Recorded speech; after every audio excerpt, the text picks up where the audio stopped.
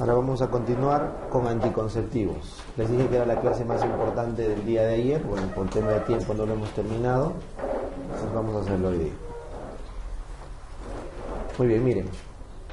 Les dije que de todas las normas técnicas, la de cáncer de cervix, el programa preventivo, y la norma técnica de anticonceptivos son las más importantes, ya por su complejidad que necesitan repasar. Entonces acá les dejo, igual está en el Dropbox, está en el mail también que les mandé. Tienen que repasar esta norma técnica de todas maneras, pero por si acaso lo revisen, acá está el resumen que elaboré. He tratado de ponerlo en las diapos, ¿no? Por eso esta es una diapo bien feita, pura letra, ¿no? Pura sigla, porque lo que traté fue de hacer entrar todo el resumen en esta sola diapo, para que sea lo mínimo indispensable que tenemos que repasar de esta norma, ¿ya? Entonces empezamos con algunos conceptos que tienen que quedar claro por si es que preguntaran en salud pública. Siempre que estudian norma técnica están estudiando de cachito salud pública, porque no sabemos qué componentes van a entrar de la parte de la atención o de impacto de salud pública. Entonces, primer concepto, que es gratuito. Ya recuerdan, los anticonceptivos, según la norma, están bajo un presupuesto por resultados del MEF, ¿ya? Del Programa Nacional de Salud Materno Neonatal, ¿ya? Y dentro de eso, de salud reproductiva. Entonces hay un presupuesto asignado por la República, dirigido vía el MEF, que tiene que ir contra resultados. ¿Contra qué resultados? Ahí van a ver, hay varios indicadores.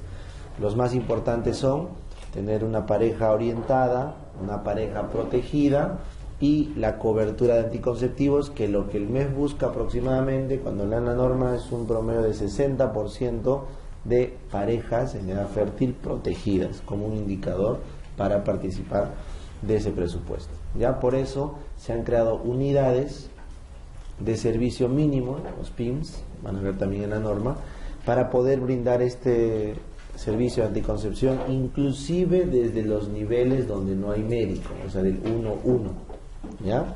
Por eso cuando ustedes lean ahí, los médicos pueden manejar todos los anticonceptivos, incluidos los quirúrgicos. Luego vienen las obstetrices, que pueden manejar todos menos el quirúrgico.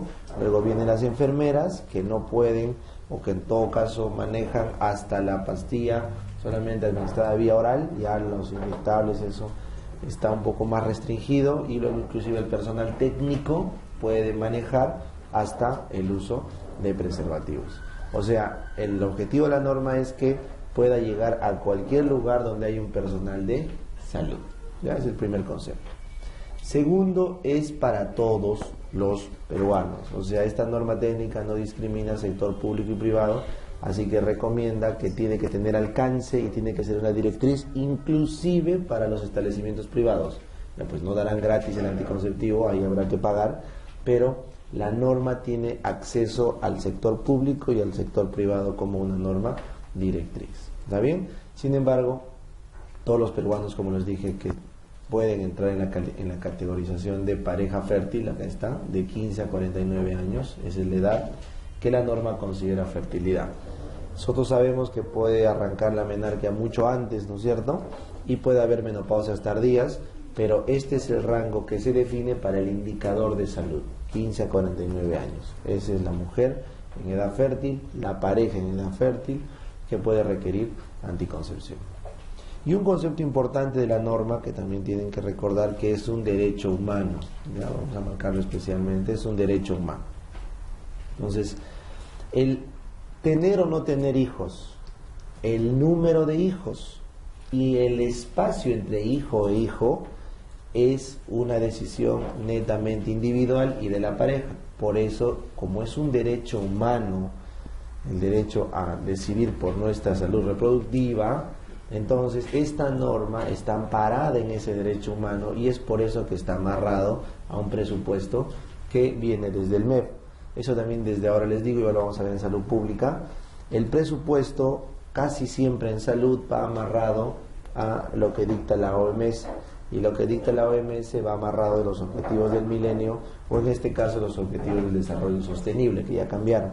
Entonces, uno de esos es el control, de alguna forma, de la natalidad en el mundo, y por eso es que se enmarca en este concepto del derecho humano. ¿Ya, chicos? Así que siempre recuerden que el decidir sobre la fertilidad de una persona es un derecho humano, ¿no? Por eso siempre les digo, así como en broma, pues, ¿no? Cuando te pregunta, viene tu tía y te dice, ay mamita, ¿para cuándo el hijito? ¿No? O para hijita, ¿para cuándo? Bueno, esas son rezagos que quedan de nuestra cultura, pero sería tan igual como que te pregunten, oye, ¿por qué transitas libremente en el Perú? ¿Por qué no pides permiso para transitar? Porque es libre, pues, el derecho de tránsito, ¿no? Uno puede caminar, uno puede...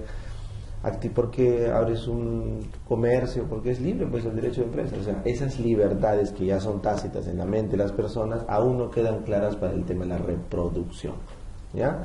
Y yo siempre les digo, porque en otros contextos esas preguntas son un poquito fuera de contexto, ¿no? Fuera de sitio, ¿no? Y se ven incómodas, ¿no? Contra los europeos, que les preguntes, ¿qué tienes? ¿No? ¿Te importa, hijos? ¿No? Una cosa así, ¿ya?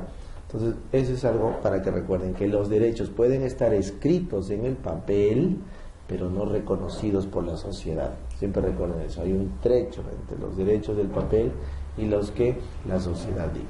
Bueno, seguimos. Ahora vamos a hablar de la tasa de falla o el índice de Pearls. ¿Ya? La tasa de falla o el índice de Pearls. ¿Ya? Es bien sencillo. Lo que dice Pearls es: la única forma que tengo para comprobar que dos anticonceptivos son más o menos eficientes entre ellos es comparándolos en porcentaje de falla. Lamentablemente es la única forma de medirlo. Entonces agarro 100 parejas, digo 100 porque es en porcentaje, puede ser 1000, 10.000, no interesa, pero la cosa es que al final se tiene que sacar en porcentaje. Entonces, para el ejemplo les digo, de 100 parejas que usan condón, las enfrento con 100 parejas que usan anticonceptivos y veo en el año 12 meses de exposición al método cuántos han fallado. Entonces, ¿por qué 12 meses? ¿Recuerdan cuál era el punto de corte para infertilidad?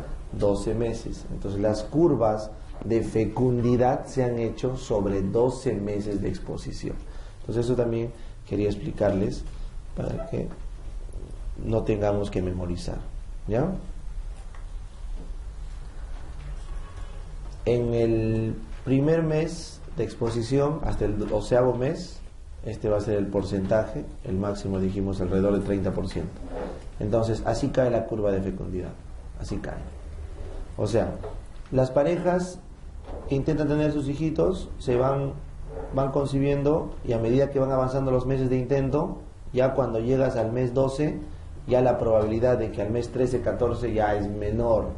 Entonces, por eso es que el punto de corte es: si en 12 meses la pareja no logra concebir, ¿en qué lado de la curva está? Por acá. Por ende, probablemente no vaya a poder. Pero si estás en el mes 6 intentando con tu pareja, estás todavía acá. Queda medio tramo aceptable de que puedes estar en ese porcentaje de que recién conciben al 7º, 8º mes. O sea, la curva de fecundidad se ha hecho de 1 a 12 meses. Por eso la tasa de falla también lo aplican en este rango. Entonces, eso es lo que busca Pearls. En un año de exposición, por cada 100 parejas, ¿cuántas falló el método? ¿Ya? De tal forma que se establecen 3 niveles de eficacia. ¿Ya? Eso también hay que comentarlo. ¿Ya? Rápido nada más. Los que son menos de 1% de error, ¿correcto? Menos de 10% de error y más de 10% de error. Entonces, si tienes métodos menos de 1% de error al año, son los que se consideran muy eficaces, muy eficaces. Menos del 10%, o sea, entre el 1 y el 10, eficaces. Y los que tienen más de 10 de error, intermedio, medio eficaces. El siguiente punto de corte es de 26 para arriba, que son poco eficaces. 26% de error, poco eficaces. Pero lo que sí me interesa es que aprendan es muy eficaz. Eso es lo que quede claro. Los métodos muy eficaces son solo aquellos que fallan menos del 1%, ¿ya? Y lo aceptable, hasta donde podemos considerar que sirva un método, es los eficaces, que fallen menos del 10%. Por eso los medianamente eficaces y los poco eficaces, esos no sirven. Esos no sirven. ¿Ya está? Muy bien. Entonces regresamos. Muy bien, entonces hemos comentado la tasa de falla. Entonces, después de ese concepto, ya tenemos la tasa de falla. Entonces la norma nos dice, ustedes cuando prescriban un anticonceptivo tienen que mantener estas consideraciones, nunca lo olviden, ¿ya? Lo más importante es considerar la eficacia. Ya dijimos que solamente los muy eficaces y eficaces se consideran elegibles para hablar de un anticonceptivo. Los demás sirven, pero a la paciente o a la pareja tienen que decirle que no es eficaz. Solamente se habla de eficaz los que fallarían menos del 10%. ¿Ya? Una vez que has decidido cuál va a ser el método que vas a usar por su eficacia, el segundo componente y el más importante fuera de la eficacia son las contraindicaciones o efectos adversos. Los RAMs que generaría el anticonceptivo en el contexto clínico del paciente. Esa es la clave. O sea, si el paciente tiene sangrado, no le puedes dar medroxi. Si el paciente tiene cardiopatía, no le puedes dar hormonas. Si el paciente, no sé, tiene alergia al onoxinol, no le puedes dar espermicida. O sea, tienes que saber, y por eso en el caso clínico tienes que ver qué contraindica al paciente. Entonces, el paso clave es no le des un anticonceptivo si es que está yendo con cualquiera de los componentes de la clínica que te pone en el caso. ¿Ya? Sobre todo lo digo por el año 2017, que vinieron 3 anticonceptivos trancas el año pasado, trancas. Y la mayoría no supo cómo abordar la pregunta que salía al toque, siempre y cuando sigan este orden. Luego tienes que hablar del riesgo del embarazo. Tercero, el riesgo del embarazo se refiere a si falla el método, ¿qué pasa con el producto? Si falla el condón, ¿qué pasaría con el hijo? Nada. Si falla la T, la mitad se aborta. Eso tienes que decir a la paciente. Si le falla su T, señora, probablemente usted aborte, con 50% de probabilidad. ¿Qué pasa si le falla el anticonceptivo hormonal oral y sigue tomándolo a pesar de que está gestando? Teratogénico. Señora, si le falla su pastilla y usted sigue tomando y está embarazada, eso va a ser malformaciones. Es diferente, entre abortar y malformaciones de otro grado. Entonces, las pacientes tienen que saber que si les falla su método, ¿qué va a ocurrir con el producto y el embarazo? Ese es el tercer componente. Acá habría un cuarto que no lo pone la norma, pero es importante que lo recuerden, que es los beneficios. ¿Ya? Entonces vamos a añadir ese, no está en la norma, pero hay que poner. Lo siguiente que tienes que preguntarte es, ¿está bien, le he dado uno eficaz? He evitado contraindicaciones, perfecto, ya la paciente sabe cuál es su riesgo de embarazo. No solo para el producto, porque creo que les puse ejemplos solo para el producto, también para la madre. ¿Qué pasa si una mujer es cardiópata, tiene un CIA, un CIB, una ICC descompensada? ¿Puede salir gestando? Sí puede, pero su riesgo de mortalidad aumenta. ¿No es cierto? ¿Qué tal si una mujer es trombofílica y sale gestando? Su riesgo trombofílico se dispara, hay que estar ahí anticoagulándolo. Entonces, a la mujer también muchas veces no le conviene salir gestando, es un riesgo. Por eso tienes que explicarle cuál es el riesgo que tendría si le falla su método para ella. Bueno, entonces con eso ya terminar el tema del riesgo. El cuarto que les dije es el beneficio. O sea, yo te puedo dar el anticonceptivo más eficaz, que no te haga nada, y bueno, ya conoces tus riesgos de embarazo, pero no te estoy ayudando.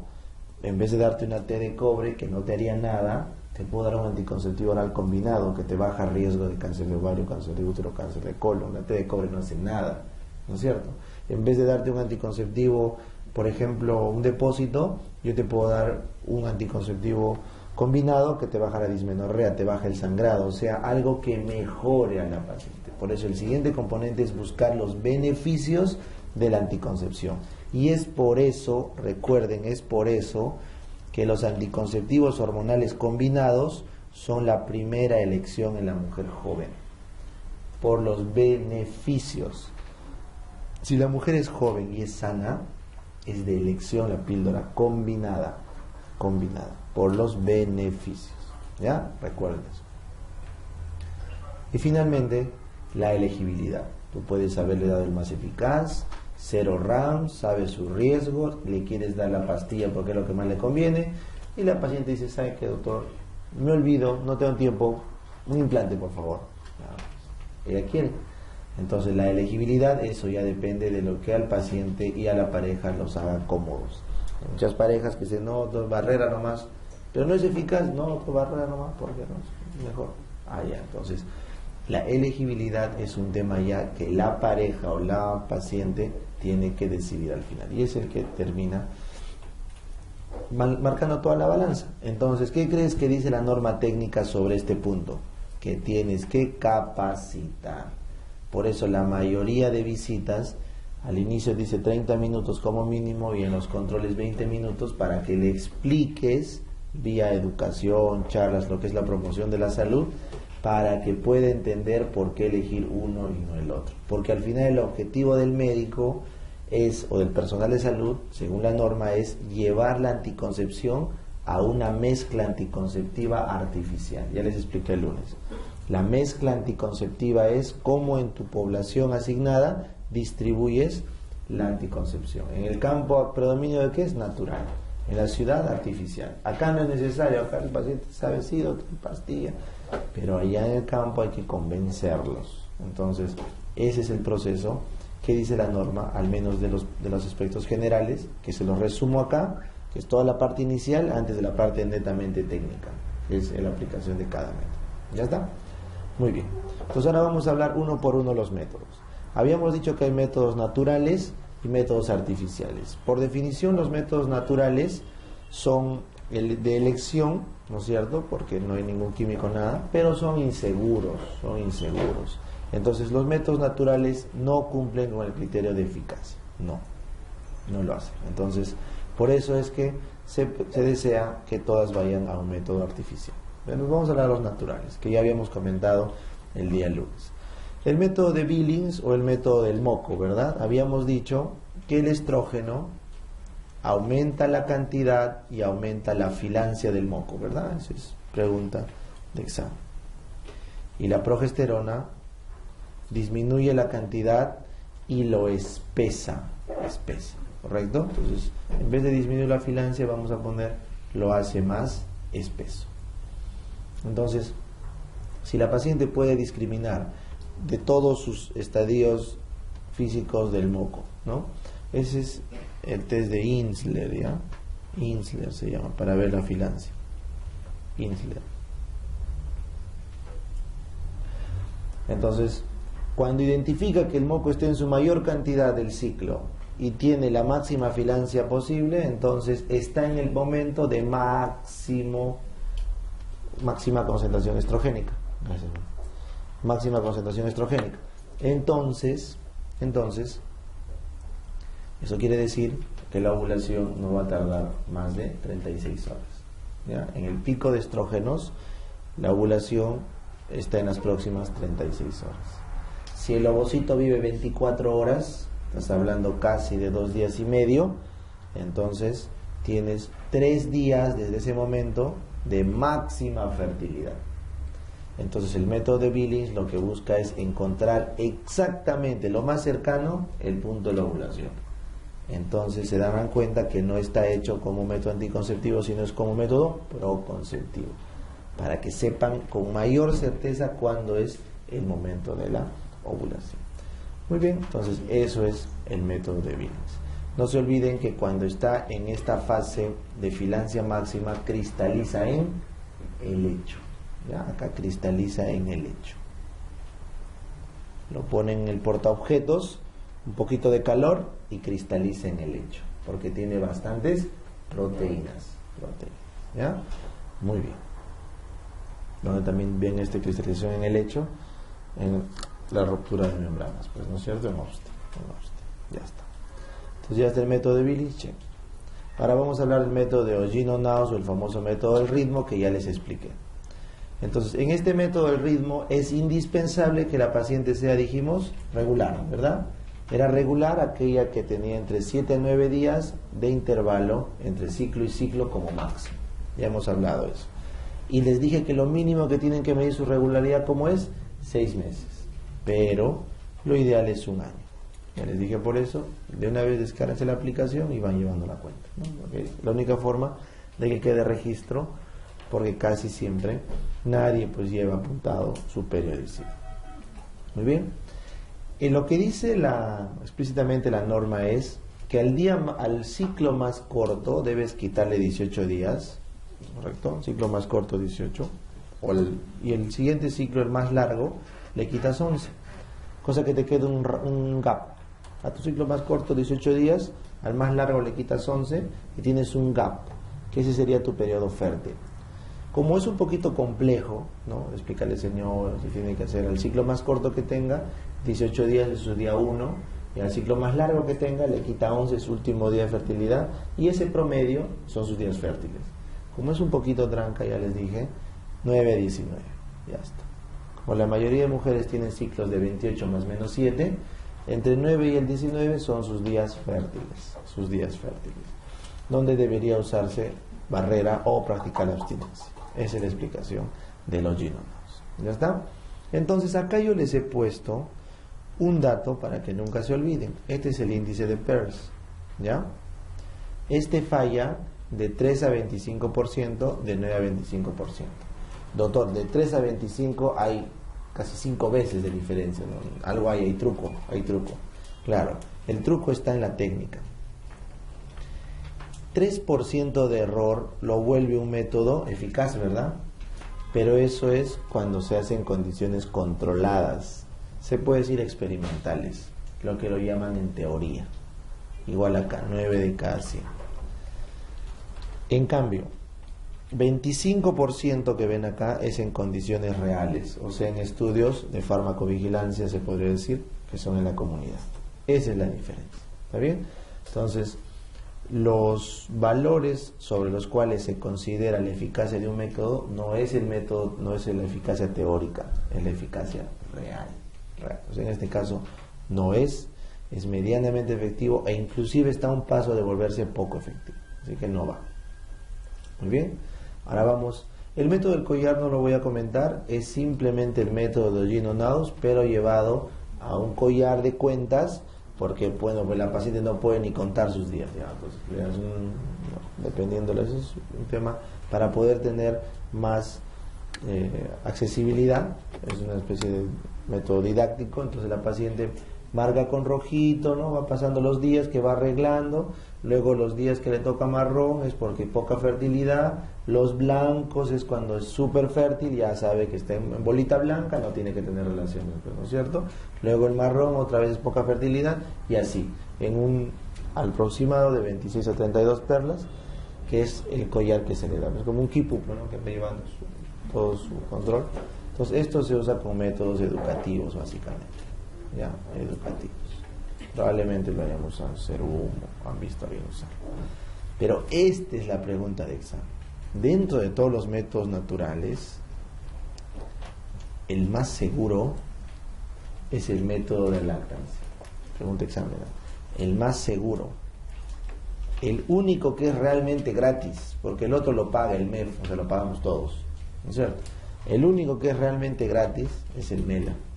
Es el que es gratuito, es seguro y disminuye el cáncer de mama. Esa es la gran ventaja del MELA. O sea, el MELA es eficaz, no tiene contraindicaciones.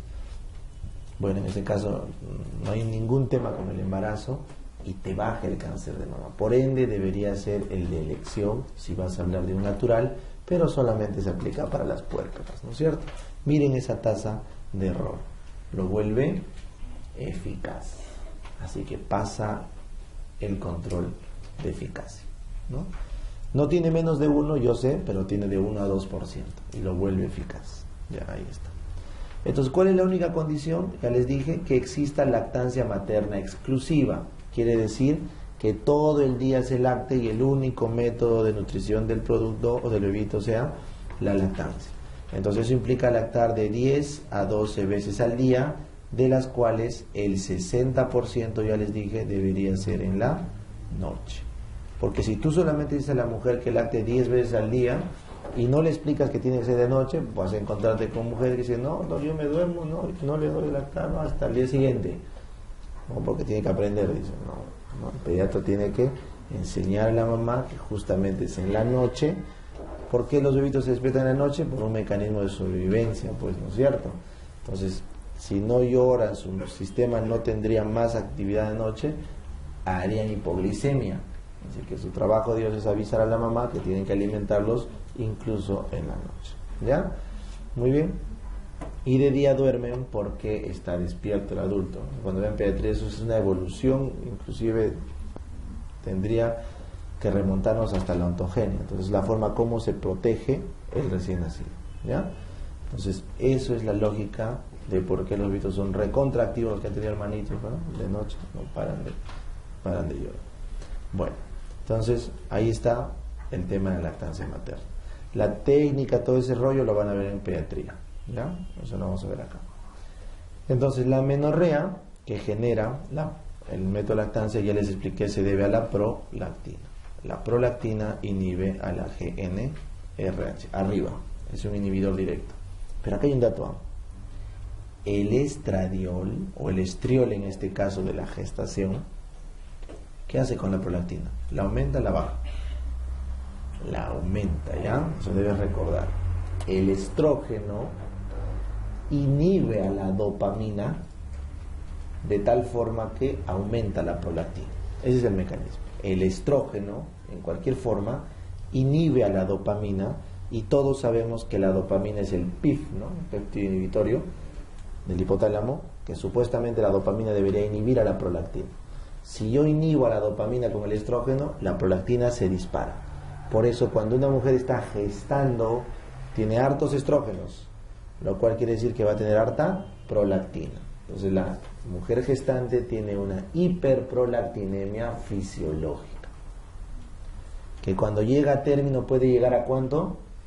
200 a 400 de prolactina en sangre. ¿Cuánto les dije que tenían que marcar para pedir resonancia? 100.